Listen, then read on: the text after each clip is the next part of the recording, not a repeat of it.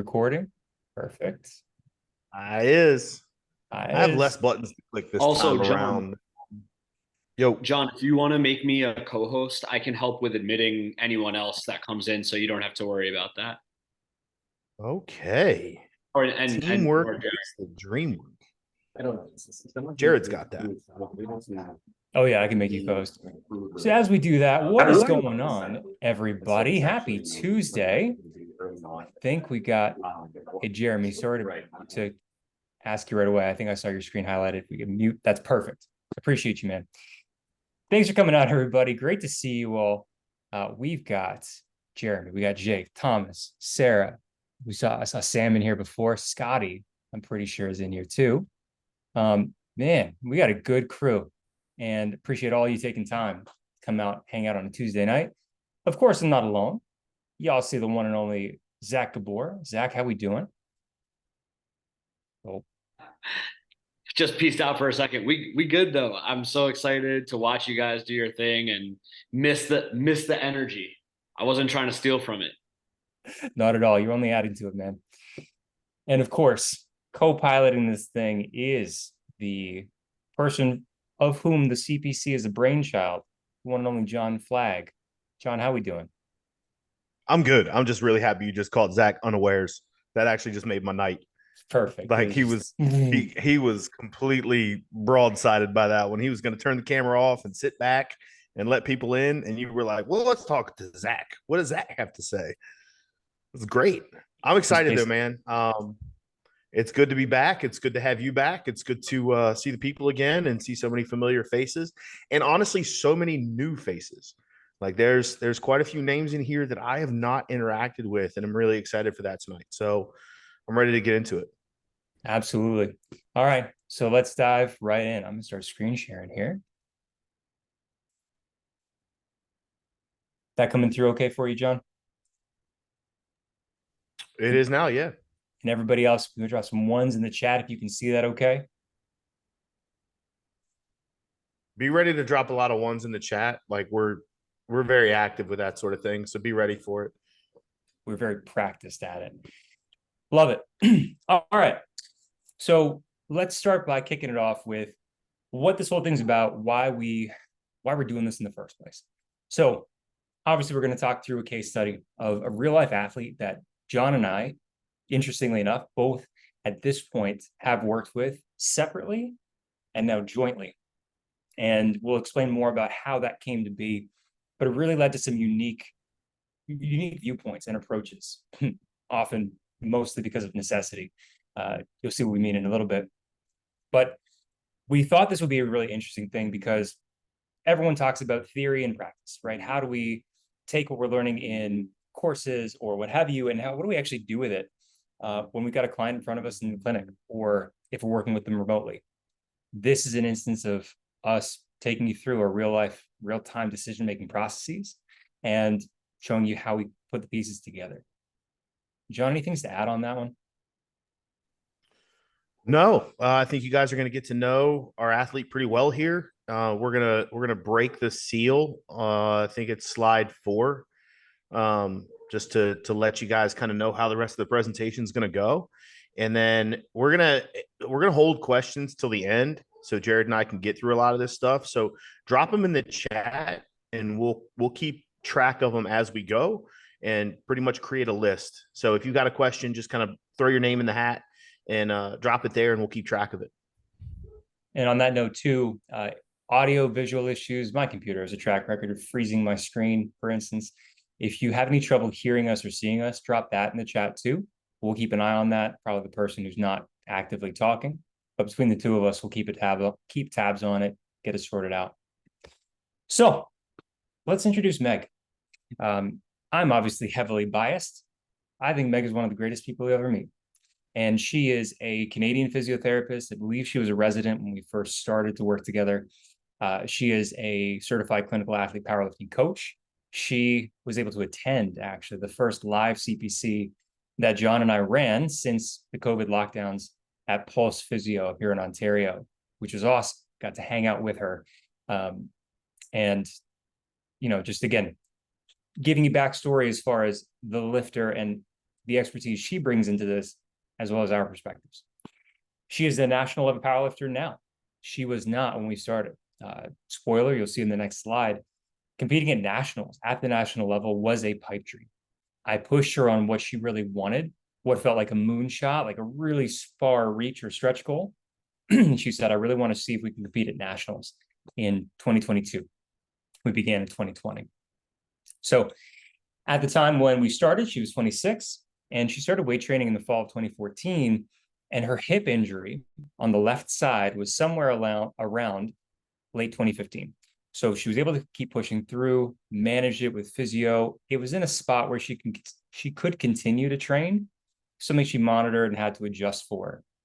It was manageable enough that she was able to make the switch to powerlifting more specifically in the fall of 2017, and then turned around, did her first meet in spring of 2018. And I love that she competed relatively quickly, because most lifters, myself absolutely included, just wait too long. Think they got to be strong enough for XYZ to compete. It's not true. That experience really goes a long way. Really helps to solidify people enjoy the sport or not. And she did. And then she had hip surgery. So she was diagnosed as having FAI, and the surgery involved a labral repair, removal of the bone spur, cleaning up the joint. And this is all August 2019.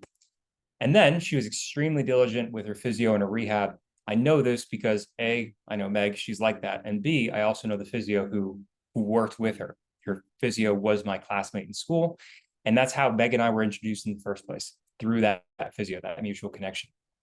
So we started working together in July 2020. And I left this message, this sentence in here, because obviously for us to do this, Meg gave her permission for us to talk about her story. And so I asked her, hey, look, Meg, can you just quickly run down like your whole story, high level view from start to where we are now? And this was the last sentence. My initial goal was just to get as strong as I could again with a pipe dream of Nats when you push me what I really hoped for. And now we've done it twice now.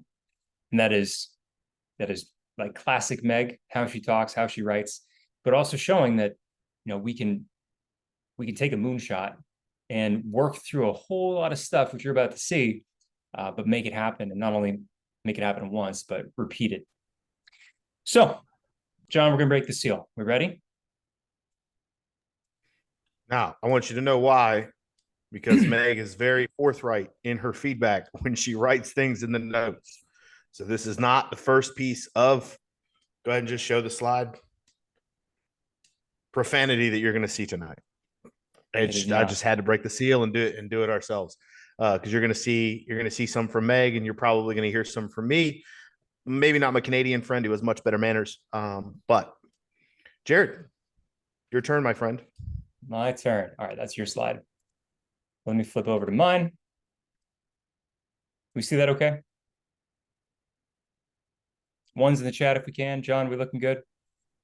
It's still on the, there we go. Now we're over. We're good? All right, cool. Yep. So this is all the way back to day one. All right, we started July of 2020. And like I mentioned, her left hip was the surgical side, the side that was previously injured. So as we came into this, my head was, main focus is let's get her under a bar with relative consistency, and want to keep her in one piece. We also want to see how things feel symptom-wise, right? How she responds to this. Another factor, as you'll see from the titles of these workouts, is that we had access to a full gym on some of these days. On another day, she had to train at her boyfriend's gym. And then the other day was training at home, because this was also during one of the rounds of COVID lockdowns. So just a real world situation we had to navigate, right? So we know about the hip. We know what had led up to this point. She also had shoulder issues, a hamstring issue. She'll characterize as being a crunchy proximal hamstring tendon. So these, again, are things, different pieces of the puzzle, which we know they're on the table. And now we're going to see in the first few weeks of training, how can we get our foot in the door? How can we start to stack up some small wins? That will be a recurring theme. And just have her feeling like we're starting off with, you know, things that feel halfway decent, right? So as far as writing the program, I came in with a really loose structure. I'm figuring 4 to 6 weeks. That's kind of the time frame I have in my head. I did not write 4 to 6 weeks of training at a time, but I figured in that time frame, we're probably going to get a pretty good read of how she's doing, how her symptoms respond. I'm going to get to start to see how she's moving, what movement patterns I want to start to work with and improve on. And then we'll decide if we need to adjust the program, maybe rewrite how it's laid out, or just continue to roll as it is if we're seeing what we want to see. So with that, as you can see from here, the way I had it laid out was we have a squatting, kind of the main squat movement on day 1, followed by some benching, tempo to keep things controlled, really work on some motor control and keep the shoulder hopefully happy. Second day was deadlift and bench. I don't often have 2 back-to-back bench days like this early, but just again, because we only had the full gym on these days, she had access to a real bench, we made do with what we could.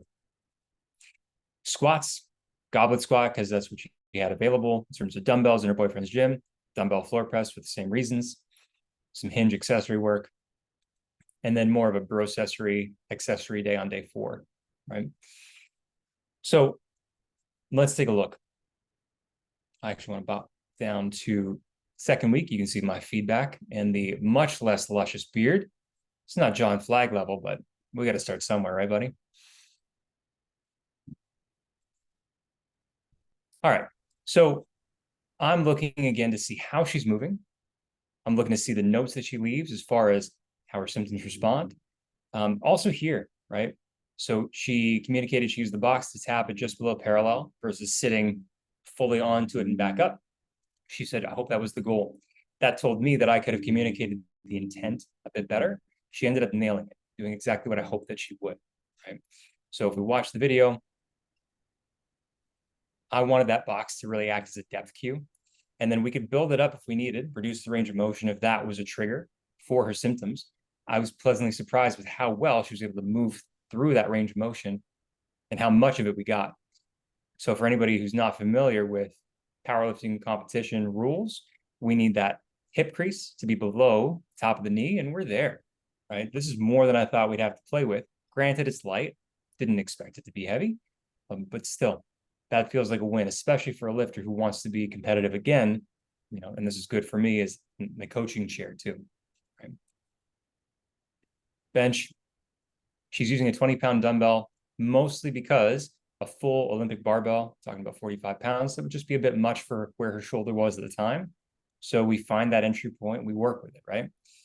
Felt shaky for sure, right? Some of that's going to be some neurological guarding, some of that's going to be motor control that we can work on technique-wise, a little clicking in the left shoulder, all information for us to take in and analyze, log away, and use to inform our decisions here. Pop back out of here. We'll look at her deadlift. Deadlift is Meg's bread and butter, by the way. She's a very strong puller. So again, look at the notes, right? Upload videos later, but so happy to have to touch the blade again. Felt really solid. This is a positive day. This is early momentum. That counts for a lot. Not every day will be like that. Damn sure wasn't for Meg. But to get those wins early does a lot psychologically and symptom-wise, physiologically, helps to tell us what's decent, where our entry point is, and where we can build from. So I'm not seeing any issues really in terms of how she's setting up. And again, I'm mostly looking to see, is she relatively comfortable, or what does she self-select to become comfortable? And she can pull off the floor. I like that start position for her leverages. She's not over-tucking her hips. I'm not worried about getting really tight through her lats because it's not heavy. So again, this for me at the time and for her was a win. Bump back out. Maybe. There we go. Okay. One other thing, 2 other things at this early stage. I wanted to see how she was going to make modifications. And this was it. So she left a note for her, dumbbell RDO. So couldn't get a lower weight, so she decreased reps to achieve 7 RPE. This was great. We didn't talk about what I wanted her to do or how we should approach a situation like that. She had to figure it out. She apologized for modifying again, and she also confirmed, is that a good move? So really good coaching moment, one, for me to see how she instinctively navigated it, and then to affirm if that was in fact what I wanted her to do, which it was, say like, you nailed that. It's exactly what I want, and just extract the principle. If it wasn't what I wanted, fair enough. Being able to say, hey, you know what?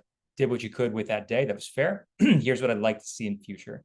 Because we want to empower our lifters to have the tools and the principles to make those decisions on game day, as they train, and on game day too, right? To assess what their body's telling them, the external factors that are going to influence their performance, because we again want to stack up these small wins over and over again. That's what moves the needle longer term, gets us where we want to go. Last thing for this phase, it's like the Marvel Cinematic Universe, phase 1. Looking at the language again, right? You'll see maybe through here and some other notes, sometimes she uses terms like terrified of pissing off the shoulder again, or my shoulder's feeling cranky, or I'm really nervous about XYZ. Again, gives information about physiology, about symptoms. Sometimes there was some latency in symptoms. The next day she'd feel a certain way.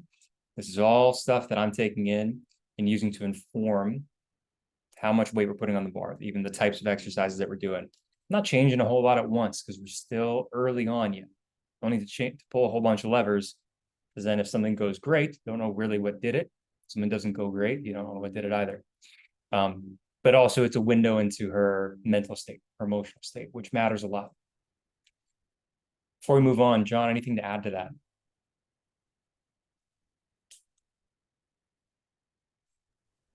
No, sir. Good to go. Good to go. Cool.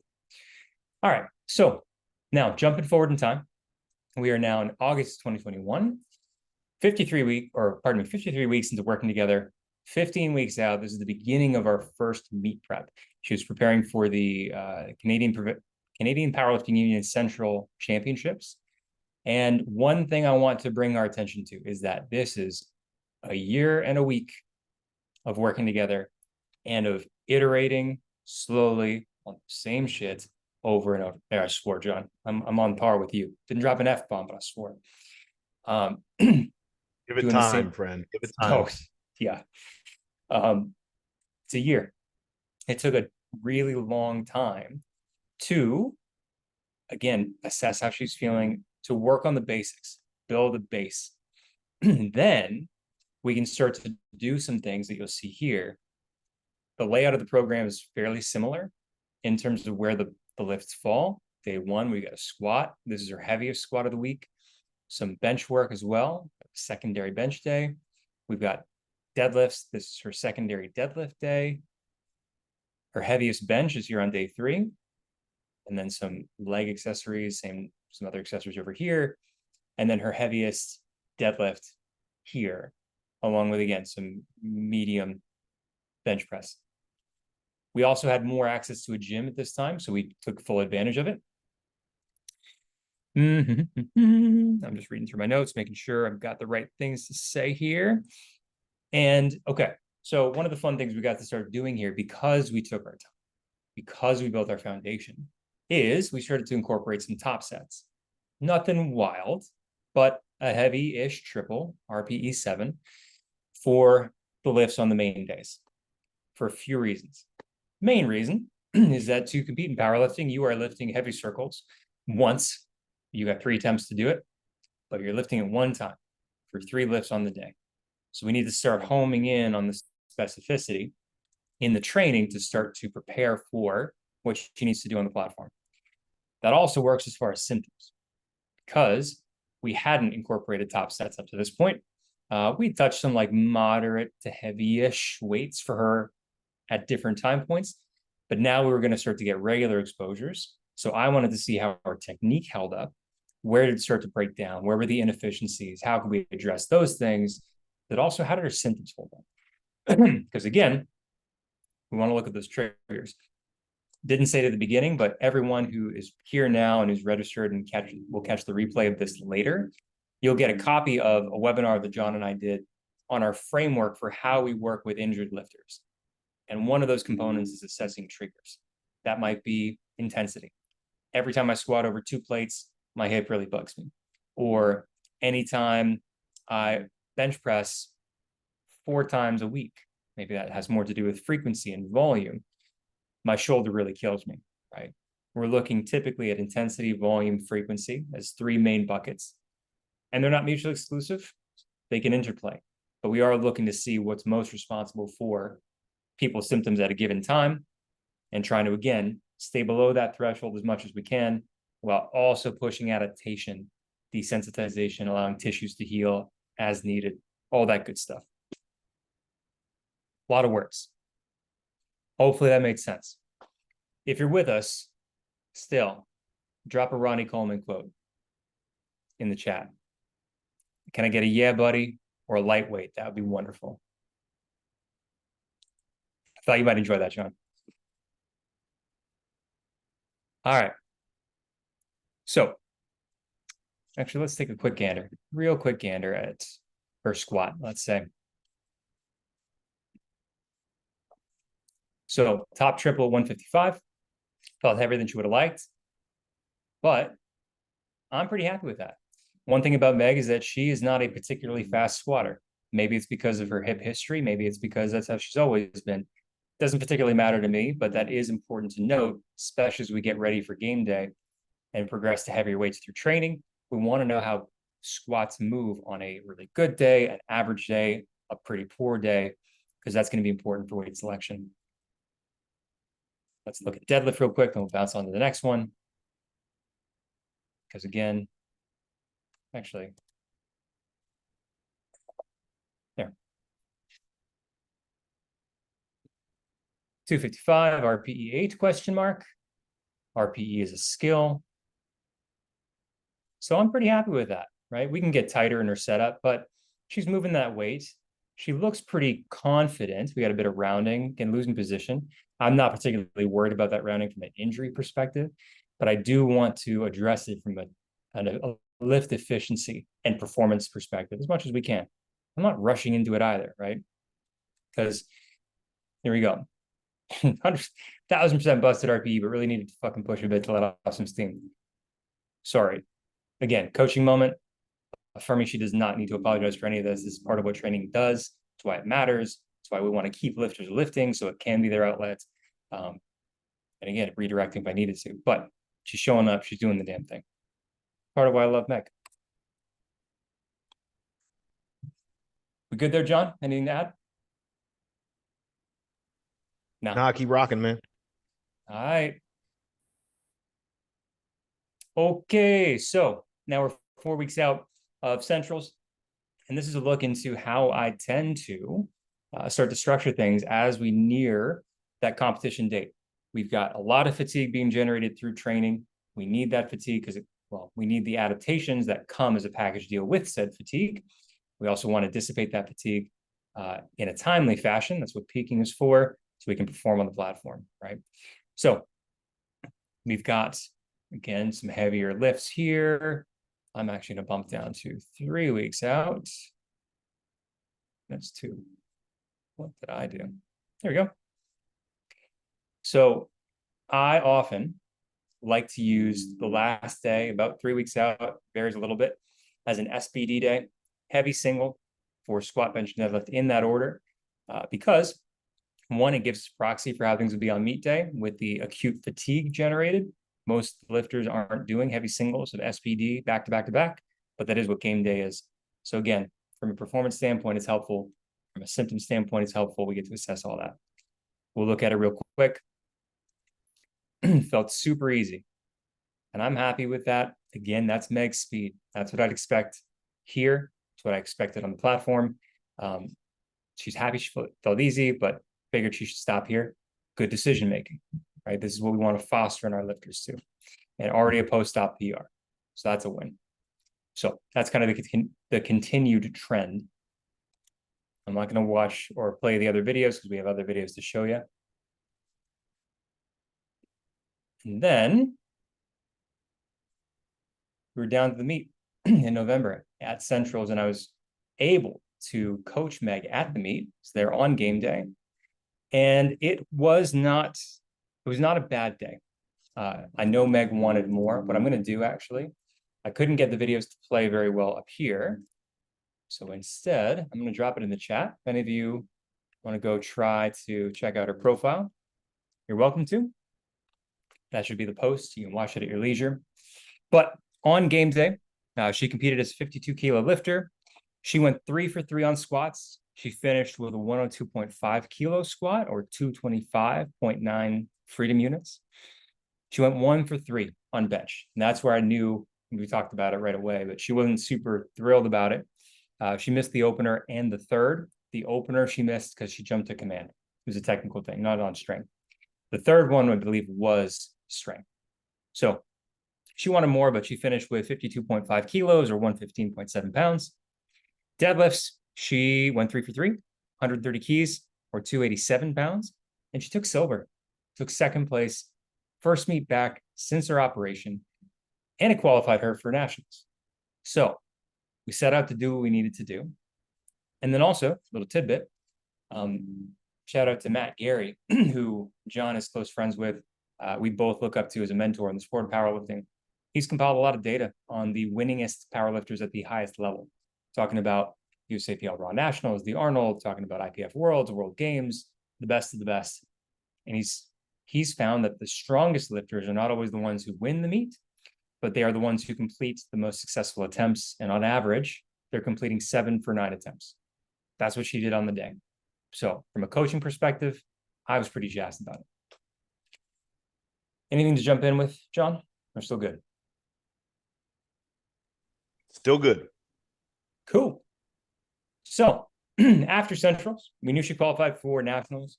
There was a bit of a question as to when Nationals was going to fall, thanks to, again, some regulations around COVID and all that stuff. So had a few weeks of not downtime, but kind of off-season like training. Excuse me. And then once we had a firm date for Nationals in mid-May, we started prepping for that. So you'll notice that, again, it's a pretty similar layout. John, did we mention already that Meg has celiac disease? I can't remember. No, we have not. Okay. Meg has celiac disease. That's a very, very relevant thing, because we're talking about external factors that affect performance symptoms.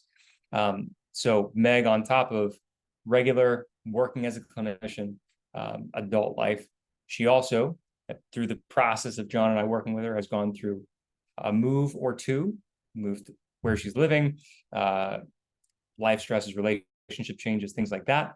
But then celiacs being a very real thing, sometimes she has no control over when she gets exposed to gluten, because she goes over to a friend or family's house or a restaurant and stuff slips in, as it really wrecks her and causes a lot of systemic inflammation. This is just another thing that we have to allow for and work around as best we can. So as we prepped for Nationals, again, used a layout that was pretty similar to what we had before. Started to incorporate some things like a Boris deadlift to really work on positioning.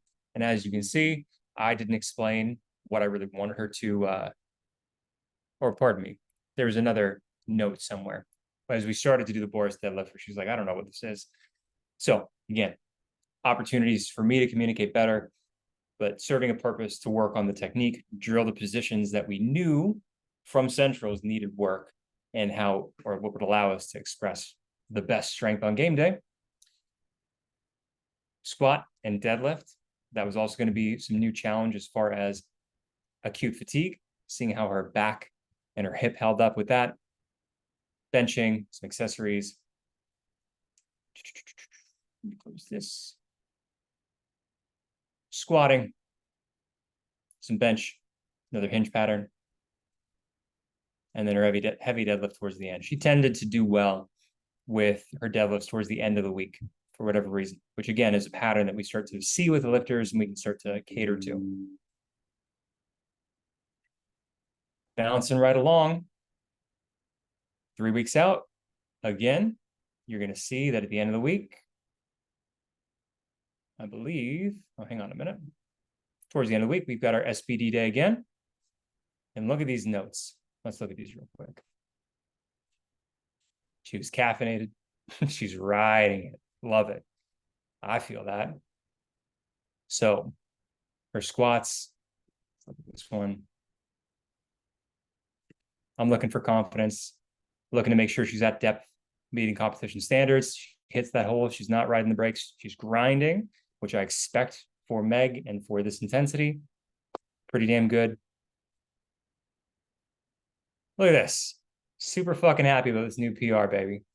And this is, again, out of the meet. This is prior to the meet. We're still going to dissipate more fatigue. So the shoulder feels fine. Unsure how it's going to do after deadlifts. But again, with these exposures prior to game day, helps us to know a little bit more what we can expect. There's some things we can work on in terms of positioning or maybe tension with the setup, but I'm happy with how she drove through that. That's really what I'm looking for at this stage in the game. And another weight PR, fucking hyped. Hope we can do this again on the platform. So again, a window into how she's feeling and some of the uncertainties. But she's proven to herself that she's strong and she's giving us data to work with, right? I still get fucking hyped. Look at that shit. All right. And, oh, you lost my spot. It's fine. All right, so we're going to look at Meg's lift here. Let's fast forward to nationals. This is in, before we watch the video, backstory for nationals. This is in May of 2022. Hellish weight cut. She's still competing as a 52. It was pulling out all the stops in terms of nutritional manipulation. We water loaded and then ceased water intake prior to weigh-in. We had to use some hyperthermic strategies, hot tub, tried to use a sauna. There were logistical issues. It finished with her having to spit in the bathroom before making weight, and she just made weight. Tactically, it was great. But anyway, it was a hell of a thing. But with that, with travel, because you also have to travel out of province, I was there on game day again with her, which was awesome. With a hellish weight cut, she was still able to go 9 for 9. This was, I believe, her 105 squat. Hits the whole drive, just like we saw the testing day. Pretty damn solid. This was also a very fast flight of 52 kilo ladies. There were 6 lifters in total, and that's a fast moving thing. You can estimate about a minute per lifter, and they're not adding time at 6. So she's keeping up. Her bench, I don't think this was her third. Maybe, no, I think that was 60 keys is what she finished with, 132.3 pounds. And then with her deadlift, I'm going to show you her second. I forget what that was. But she pulls it smooth. One moment. And then I have, for some really weird reason, not the pull, but the put down of her third, which ended up being 135 kilos or 297.6 pounds. She took 4th place. In the 3 lifters she took that were ahead of her are regular Team Canada world competitors. Again, a fast flight. The coolest thing about this is that she had fun. Like she had a big smile on her face. She was focused when she needed to be focused, but big smiles between lifts. She was enjoying herself, which was a marked difference from Central's the previous meet, right? And again, took 4th. She was proud of herself. 9 for 9 day, all post-op, post-injury. Cool. We're nearing the transition. So John, get ready. And all of you prepare to be blessed by John's narrative. So then we enter our off season. Enter off season, it's going to be more focus on, or there's going to be less intensity, less volume, some different movement patterns. We didn't get too crazy with the initial iteration of the program here because we knew where we needed to improve in terms of technique. And again, keep building the foundation so that come the next meet, she's ready to execute. So I try to incorporate fun and some novelty in the off season because people need it mentally, physically. It's what also contributes to longevity of the lifter. So that's what we had. And again, squats and deadlifts early on in the week. 2-count pause bench, some accessories. We got her. We didn't do top sets here because, again, less intensity, less volume. Some benching, some accessories and such. And that took us through the majority of 2022. I think I've got some visitors outside my door, my kids. It's bedtime. So that took us through the rest of 2022 into the beginning. Well, towards the end of 2022 and the beginning of 23, started preparation for the next nationals. And then I got really, really sick.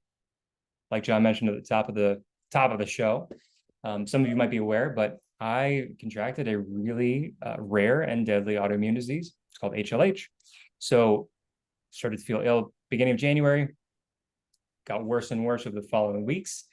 And John, why don't you take over from here and tell the people how that transition happened? Because it wasn't gracefully.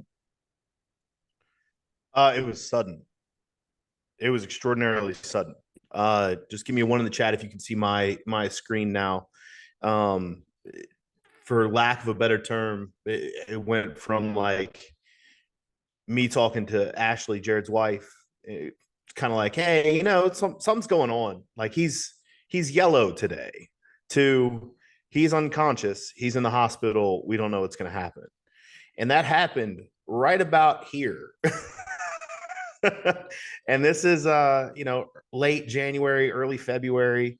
And I was very fortunate, to have a lot of communication with Ashley. So I knew that my best friend was going to, at least I was going to stay in the loop with what was going on, but also had the opportunity to help out in probably one of the most direct ways I've ever been able to. I can't tell you guys how much it meant to me to be able to support Jared through his illness, not by just thoughts and prayers, but literally by helping his athletes. And I was really fortunate to have met Meg in October, because here's the fun fact. When I jump in here, she's 3 weeks out from nationals. 3 weeks out from nationals. I was dropped into a bucket. So I had to do a really quick crash course on Meg. Fortunately, there was a whole lot of data. Fortunately, there was a whole lot of other things. But this week of programming was already written for me. The next following weeks were not written for me. And my frame of reference, Jared, could not communicate with me. I had his assistant coaches. I had, a couple other resources that were available to me, right? Like the last nationals prep, the last regionals prep. Like I had that stuff, but I didn't have who Meg was right now, which is a key factor here. I had a lot of data. I had years of training that I could pour through, but it didn't really tell me exactly who Meg is right now. So shout out to Meg, who was super communicative through this entire process. And I want to kind of highlight what I jumped into, because we've got all the training here and we've mentioned her feedback. She's super communicative. But we've got the first day, how are you feeling? Not great, energy super low. On the second day, elbow not allowing this. Like we're 3 weeks out and there's exercises. Her elbow is flaring up, doing vertical pulls, doing pull downs, doing exercises that are typically going to help support the growth of supportive musculature to be able to perform. My favorite piece of feedback on Thursday, how you feeling? Fucking awful. We're on a roll. And granted, like she's aware of what's going on with Jared now too. And she's also got other life stressors. So her stress level is mega, mega high. All I tried to come in and do here, which is a really important piece if this ever happens to you, is to just create stability. Just come in, take an idea. I took this framework and I said, all right, cool. Like I understand just don't fuck it up, basically. Just don't mess this up. And it's very simple, right? Because as you go to peak for powerlifting, you want to take volume and intensity and you want to drop it down. I was really fortunate. Jared already had this SBD day that he typically puts in. So I was able to look at that and see what her performance was looking like. But I followed it up with the next week. And if you look, right, so we've got a normal stance back squat here. We're working up to a single. The next week, what am I going to do? I'm going to work up to that single, and I'm going to start offloading intensity because I don't want her hip to flare up even more 2 weeks out from nationals when we know we have a weight cut, we know we have stress, we know we have all the other pieces of the puzzle that have to fall into place. So I start tapering intensity off pretty hard because she hit a heavy single here. She hit a heavy single here. This is about 14 days out. I don't need to do anything within that 2-week window. For frame of reference, for me, I really like to see for squat and deadlift, your last heavy attempts coming up to a meet 14 to 21 days out. Bench can be closer because it's smaller muscles, less coordinated effort has to happen, so it's less total fatigue. So the next week, I tried to stabilize things. A single with commands at 90% of what you hit the week before.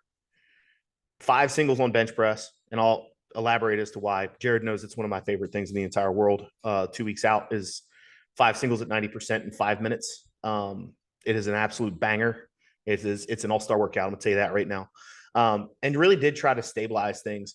But you look at it, this is the highest level of fatigue, right? On Monday, she felt positive. Her back and hip were doing okay. Some things were going well. Left elbow sucked. Super cranky left elbow. Was having like a really hard time with some of the back down stuff. The next day, absolutely trashed. Like her fatigue is super high and her stress is super high. And we're at this point trying to support her through to the meet.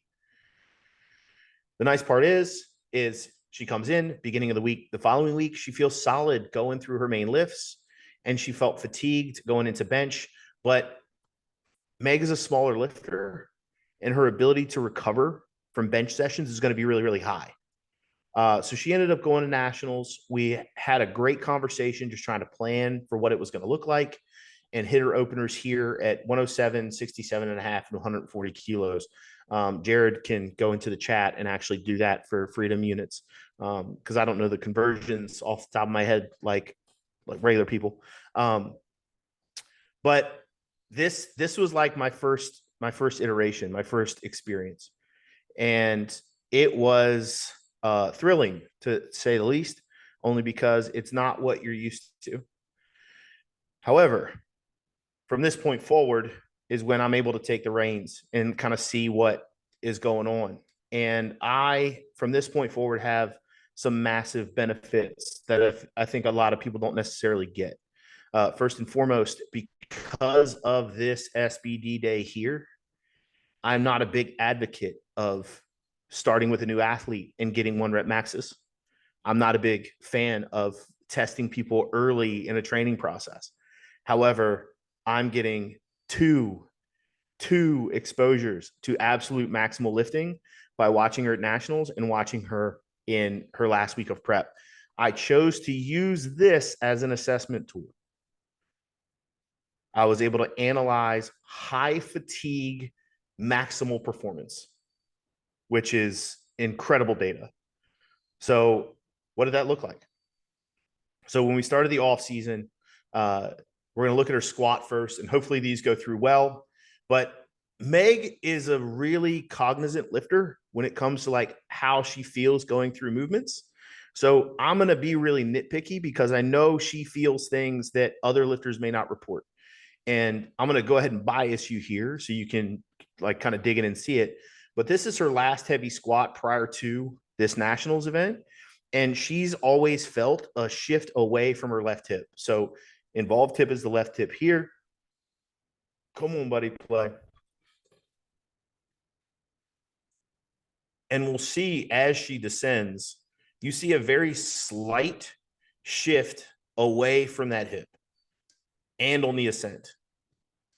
Levels out at the top, good solid bottom position, even though she's a little to the right, but you can see her come away from it a little bit. As a lifter, she feels like she is literally all the way over onto her right leg. So good piece of data there. something I can use for training moving forward. I got 2 shots of bench press because I love bench press. And this first one is a submax attempt, one of her last attempts, but we can start to see some of the data here anyway. And it's a great shot. Pay attention to the elbow and pay attention to the touch point. In my opinion, the touch point's a little high, and you can watch how difficult it is for her to maintain elbow positioning. Watch as she gets to the mid-range of the bench. Watch the elbow flutter. Is one of the biggest reasons I like a 5x1 at 90%, because for all my USAPL people who aren't going to like what I'm about to say, the lats are involved in the bench press by stabilizing under an endurance load. They have to maintain position, and she's not able to maintain position and tension in her lats to keep her elbow angle where it needs to be underneath the barbell. And we see that manifest in the next attempt, which is a 72.5 kilo bench press. At this point, still post-injury PRs, if I remember correctly here, Jared. So we're in a really good spot. But watch what it does. She completes this rep. It is a RPE 10 for sure. So it's a max effort attempt. But it's a high touch point. It drifts back early and actually starts to twist onto her right. And you see that elbow flutter again. So I'm watching these max attempts and I'm studying. Okay. After nationals, what am I going to do? Here's her last deadlift, and she missed her last deadlift. This is her last heavy attempt deadlift prior to going to nationals. And there were a couple things I really kind of picked on here when I first saw it. First and foremost, I'm going to get it to here right off the floor. Her shin angle's already vertical.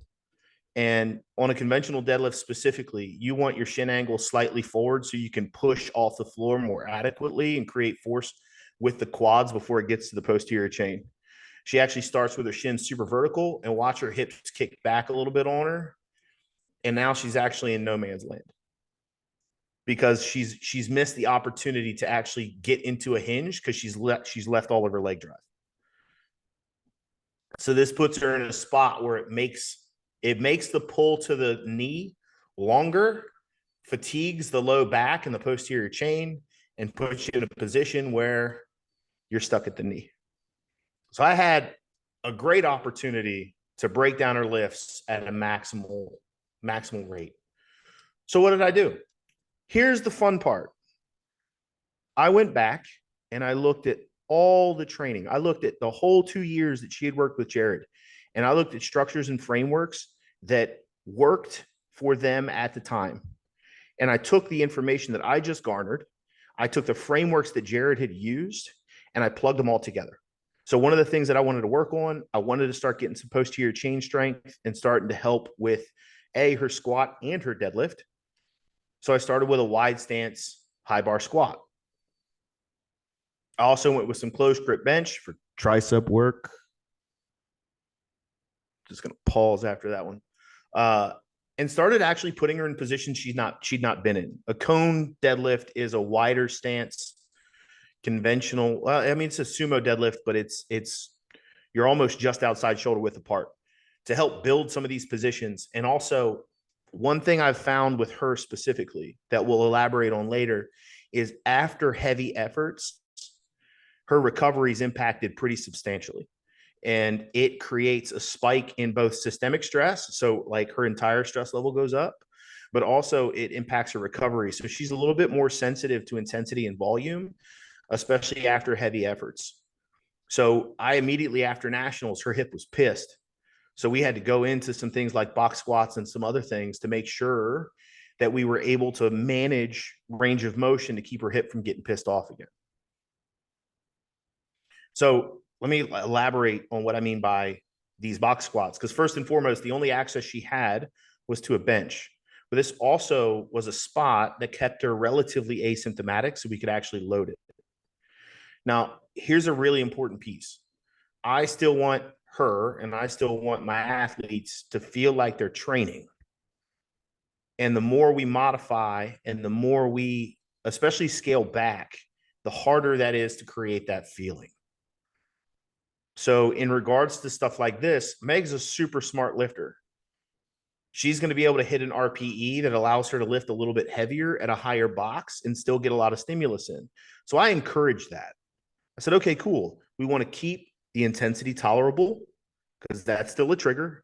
We want to keep the range of motion somewhere that we can actually manage it. And then we're going to work around the constraints of the gym that we actually have. So that was our first block working together. And that lasted about 4 weeks. What happened after 4 weeks? Things got achy again, really achy. And she was going through a move. She was getting a new job because it was a very large move. She wasn't like moving across the neighborhood. She was like moving provinces over. So we had to make adjustments due to that stress level and the fact that during the move, she drove. So she was like dropping into a bunch of different gyms as she moved across the country. So we had to make all of those modifications. But we start to see a little bit more exercise variation here as we continue to explore where her symptoms come from. Now, the bench press I trained like normal bench press. And this is something that I'm a big advocate of. If she has hip pain and it's not bothered by bench press, we're gonna bench like a normal, like uninjured athlete. We're gonna bench. It's benchy time. All the elbow bendies that you can handle. So we stuck with that and really did train bench press hard because we had more resources because her stimulus to be able to train squat was lower because squat was an aggravator. And because squat was an aggravator, it made deadlift less consistent. So as we explore this, we do another 4 weeks with some close stance box squatting, some good bench pressing, right? It felt good. We're getting some really good reports now. We went from some of the more negative self-talk to some more positive self-talk. We're starting to see that shift. Right here felt clean. Deadlifts are starting to feel better. And we found out really quickly how the use of specialty bars like a buffalo bar, which is a large curved bar that increases the range of motion on bench press, can be very humbling, very, very fast. So put her in a position to get some wins, especially on bench, that open the door for more substantial training. The next block. So we had because of the move, because of the stress, we had a couple bouts with illness. We had a couple things go on, but I also stumbled across really finding out that a fatigue for her, a threshold for fatigue for her was really about 3 weeks into training. We could push hard for about 3 weeks. That's it. Then the wheels started to kind of fall off. So we wanted to be really cognizant of looking at her training and saying, okay, we're going to be 3 weeks up, 1 week down. We're going to switch up movements after that, and we're going to build off of this. But this is also when some of her psychology had started to come down a little bit. We were able to actually get some volume in and really train hard. So you can see we're doing 3 sets of 7 at an RPE 6. She's nailing that stuff. Feeling pretty good through the week. We still have, and here's a real key thing to hear, to like listen to here as well. We still have weird shit pop up. And I'm sure you've had this with every single one of your athletes where something that's not anticipated just flares something up. We did cable lateral raises and it pissed off like everything. It pissed off her shoulder and her elbow and her thoracic spine and like everything. Here's the key. And one of the reasons why I don't show all of the progressions for each week is because what I tried to create for Meg in these blocks was actually stability. I have no problem slowing things down and saying, okay, cool. Let's not overcompensate and overswing and deload you completely off all your exercises and take all the weight off you. Let's actually stabilize this week and see if we can get a slightly better performance at the same RPEs, the same weight at lower RPEs, and build some momentum based off something that might have been minorly aggravating, but that we can accommodate and adapt to. Before I go and smash the brakes, drop a 1 in the chat if you've smashed the brakes on an athlete and then their first response to you is, now I don't feel like I'm doing shit in the gym. It's one of the fastest ways to lose buy-in. It's one of the fastest ways to have an athlete come to you down the road and say, I don't think you believed in me. Never a position I want to find myself in with an athlete. So, also fun. I love the SSB, and you guys probably know that I'm trying to get a sponsorship with Elite FTS. So just go over to their Instagram and say, John Flagg is awesome. Please sponsor him. He's the greatest guy in the entire world, because I could live off that barbell. She had a question here because she'd never really used it too terribly often. And she gave me a bunch of different angles and said, I don't know if this is quality or garbage work. So I want to show that really quick. And I want to show a couple other things that I think are really important, because at this point we've been working together for like 3 months, 4 months. And one of the things I had mentioned is posterior chain and upper back strength. It looks like the upper back gains are starting to pay off. I'm going to tell you guys right now, the sign of a great squatter is a back that looks like that. That musculature is necessary. But really key component of this execution, if we watch, one of her complaints has always been a hip shift away from her left hip. And we watch these and we see her maintain position rep after rep until fatigue starts to set in. About the 5th rep, we start to see a little bit of deviation. We start to see a little bit of shift. That gives us a good indication of, okay, 5, 6 reps in, that becomes a volume threshold. The tissue itself is having a hard time actually stabilizing where we need it to stay. And we can use that as a frame of reference to program later on and say, okay, we're going to stay away from 7s and let's stick with 4, 5s, and 6s to build those tolerances. Skip ahead.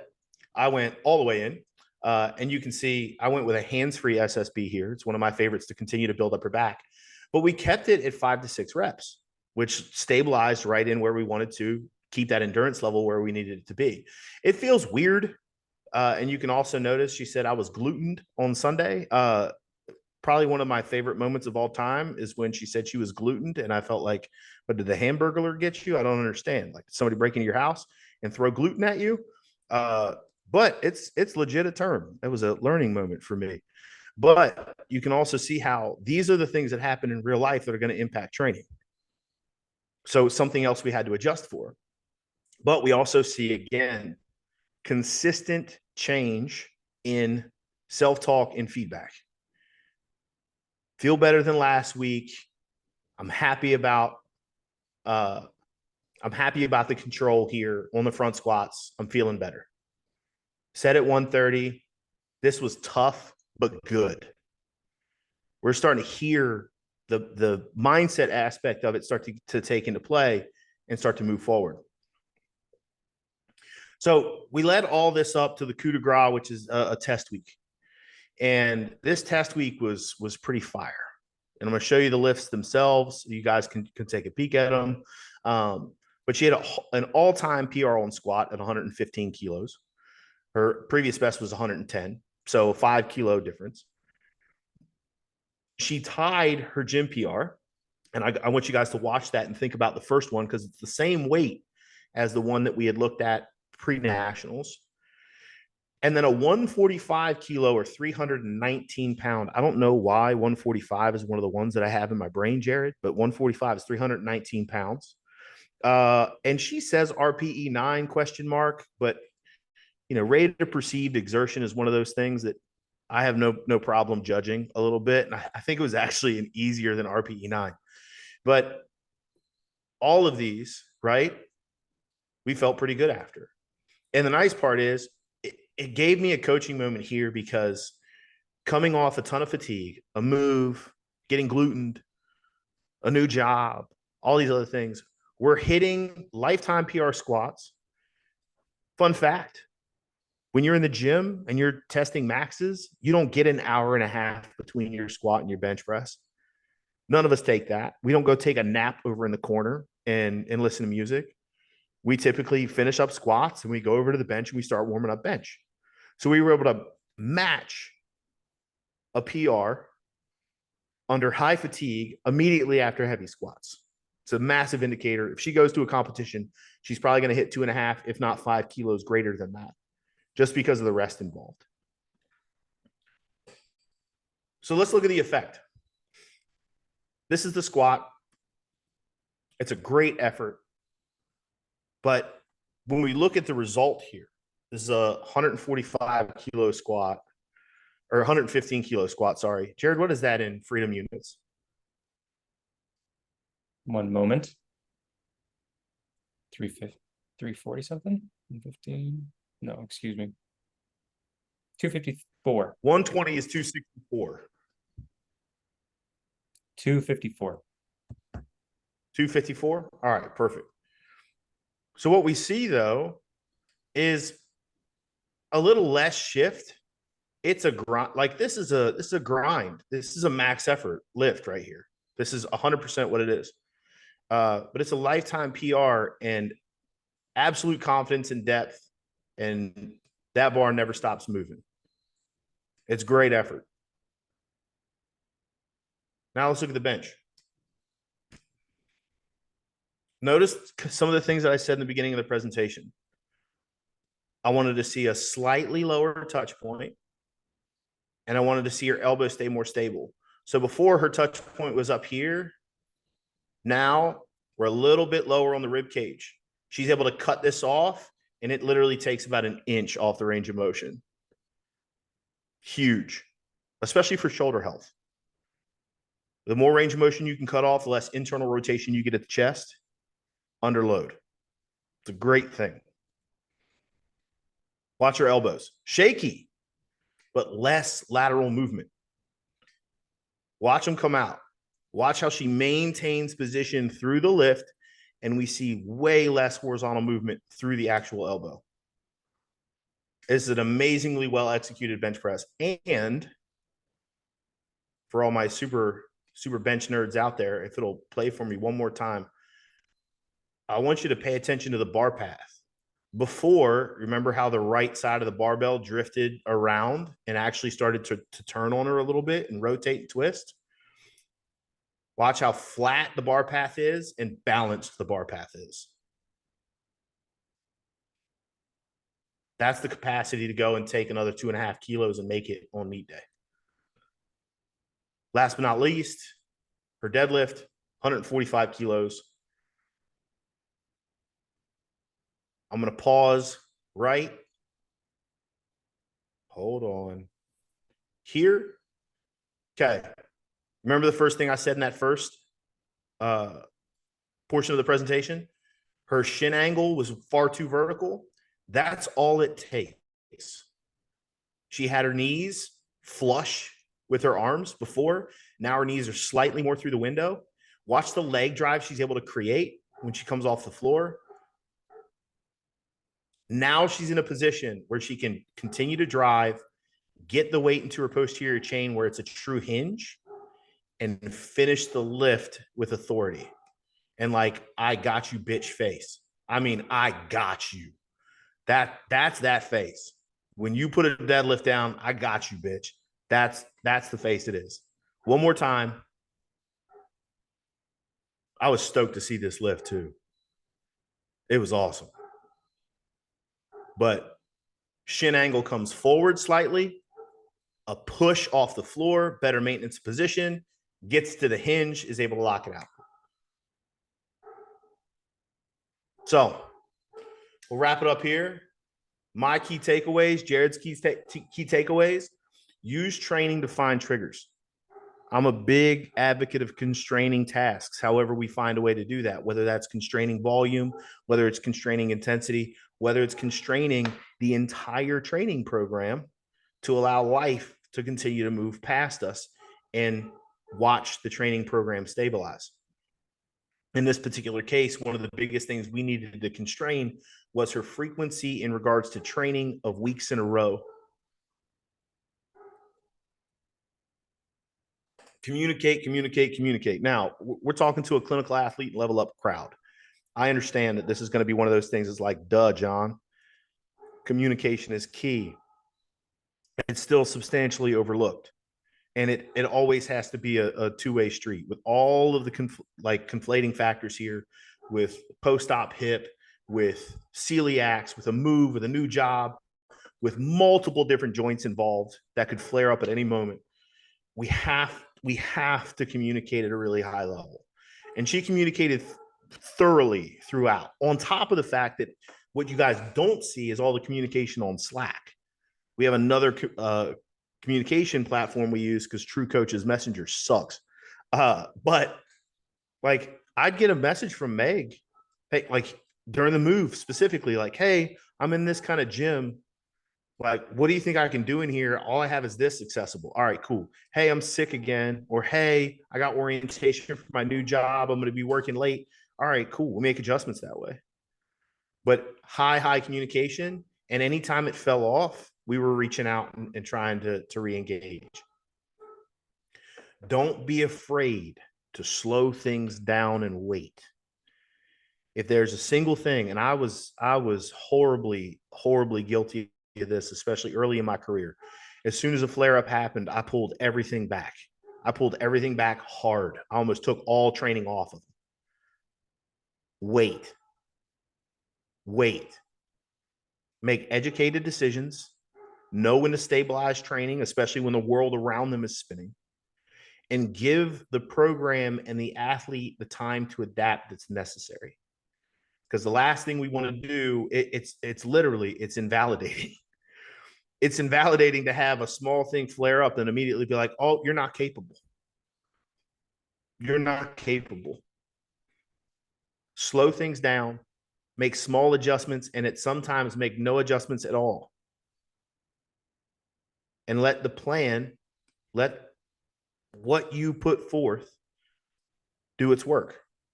Don't second guess yourself all the time. Last thing, chip away at it. We just showed you guys 3 years of an athlete going from post-op all the way to lifetime PRs and 2 nationals competitions in between. Understand that there are going to be shit days in between. There's probably going to be more than you'd like, especially as a clinician. We want things to be nice and smooth sailing. It's not how the world works, unfortunately. I actually think at this point, fortunately, now that I'm getting older, I think those shit days I learned more from than any of the other stuff in my entire life. But the work still has to get done. And like, this is a key component. If you look through all of those, True Coach does a great job of like having green and red for things that were like accomplished or not. Did anybody see a whole lot of red on Meg's stuff, regardless of all of this? Maybe one exercise through some time, or she would even check it off and say that she modified it, like, or did something with it. She always got the work done. So support that when it comes to your athletes as well, and chip away at it. Understand that progress is going to be slow. All right. Questions, Jared, do your thing. We didn't have any stuff come through the chat. I don't know if people were just enthralled through the entire time or staring at my beard or what, but it's Q&A time for whoever's left with us. I mean, we were all staring at your beard. Before we jump into Q&A, which we're all eager to get, not to put her on the spot, but the woman of the hour is actually here with us. So, Meg, I just want to say, if you're hearing this, thank you for giving us permission to share this, because we are all better for it, being able to learn from the journey. And if everybody else, if you feel so inclined, please drop some thanks for Meg in the chat, because, again, we all benefit from her willingness to share. So, questions. And her absolute savagery. And your Yes. absolute savagery, Meg. You're a beast. I love you. All right. Questions. Let's just do this. Unmute. Hit us. What do you got?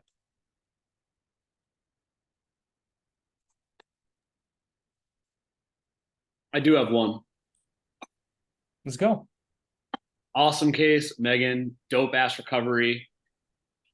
Love the consistency over years. It's incredible what that accomplishes. My biggest question for you, Jared, and John too, speaking to it, is just like a little more detail on handling the communication aspects around flare-ups, because I feel like that's one of the hardest things ever, is like dealing with the totally reasonable frustration of people, and like how you kind of cope with that in terms of, just take it away. That's my question. Yeah. Well, early on, and Meg, you can tell me later if I get this right or wrong, but early on, I didn't want to come in too hot or too firmly with any particular approach in terms of, say Meg leaves a note about, hey, my hip really didn't like this, we got to flare up. I didn't want to come in and be like, either explain it away or put forth like, hey, we should look at it this way. What I really wanted to do, especially early on, is here, okay, tell me where you're at. How are you feeling? What's your assessment of it? And then I would respond to that based on what she says. Okay, that makes a lot of sense. Here's how I'm seeing it. You know, we kind of expected that some of this stuff would come up, right? Because we're not terribly far out of surgery. We're getting back into more regular training this way. So it's expected. I've got some ideas around how we can approach it. What do you think? What do you think we should do here? You know, I like to lead that way in general, not just with Meg, but saying that I've got ideas, so long as that is in fact true, and it usually is, but giving them the space and the platform to say what their gut is. And usually it tracks along pretty well, or at the very least, it gives us a good jump off point to create a good amalgamation of where their head's at, where my head's at. And more often than not, that helps us to take that next small step forward and keep getting that work done, like John said, while allowing things to cool off, settle down, and look for maybe that next win, either directly related to the flare up or the affected body part or something else. John, what do you got? I'm gonna preface this with the fact that we have the immense privilege to communicate with our athletes on a much higher rate than typical clinicians because of the way that our coaching and businesses are structured. So there's never like a barrier between communicating with like Meg. At any point in time, she can get a message over to us. We can start a conversation. It's not like I have to wait after Monday's session until next Monday for somebody to speak to me.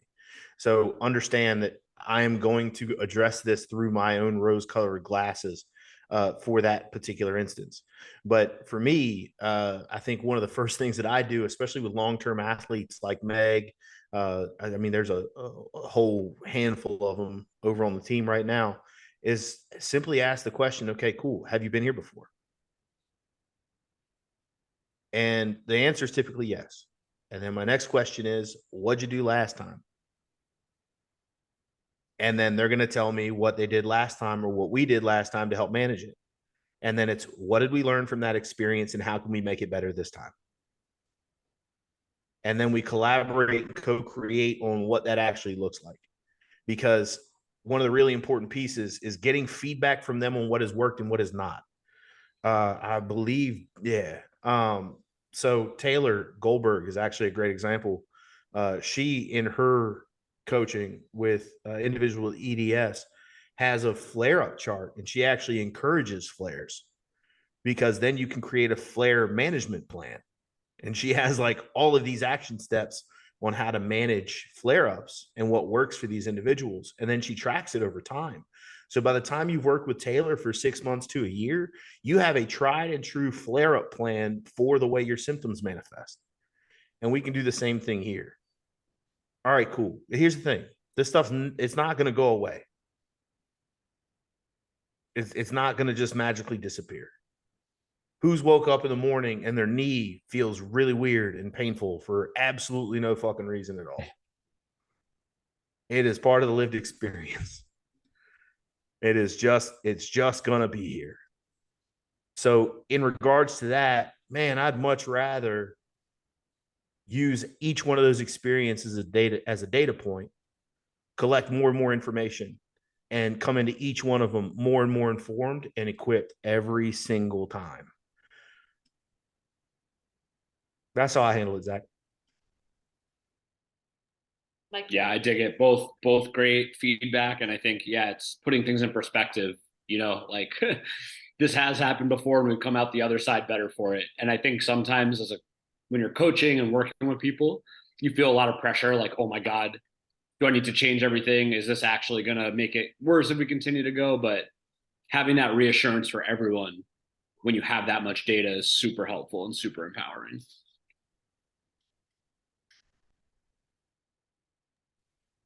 Sweet. Can I Go ahead, actually elaborate on one other piece with that No. as Yeah, I of get on course. my high horse? So as I start to rant, it's a soapbox, not a high horse. For new lifters and new athletes, this is actually something I think is a massive coaching moment because it's not going to be their first brush with pain and injury. And that's factual. Like we're not going to prevent stuff. We're going to do the best we can to do those sorts of things. But like, especially the higher they try to fly towards the sun, the closer they try to get to the sun with elite level anything, the higher you open your risk up for it. So having that hard conversation the first time, I mean, we get the benefit of, I've got a couple of high school kids on the roster that are, going to high school nationals and going to youth nationals and doing some really cool things. The first time something flares up, the first time they have a discomfort, it is a massive learning opportunity to say, okay, cool, we're going to manage this thing, but understand that it is going to be, regardless of whether you do this sport, you go and do wrestling, you go and do badminton, you go and do pickleball, you go and do chess. I don't care what it is. You're going to run into something that's going to have these sorts of feelings and emotions around it. So it's also an opportunity if you have the ability to talk to somebody in their first experience with this sort of thing, it'd be a massive growth moment for them and their athletic career. Now I'm done. Step off soapbox. That was a good soapbox moment, though. Glad you took it.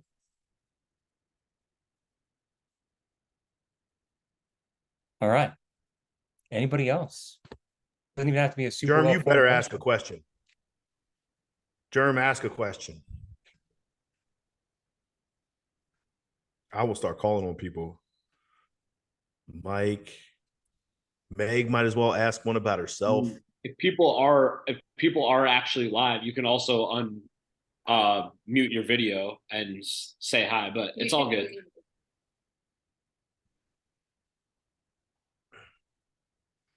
All right. Closing it in 3, 2, 1. All right.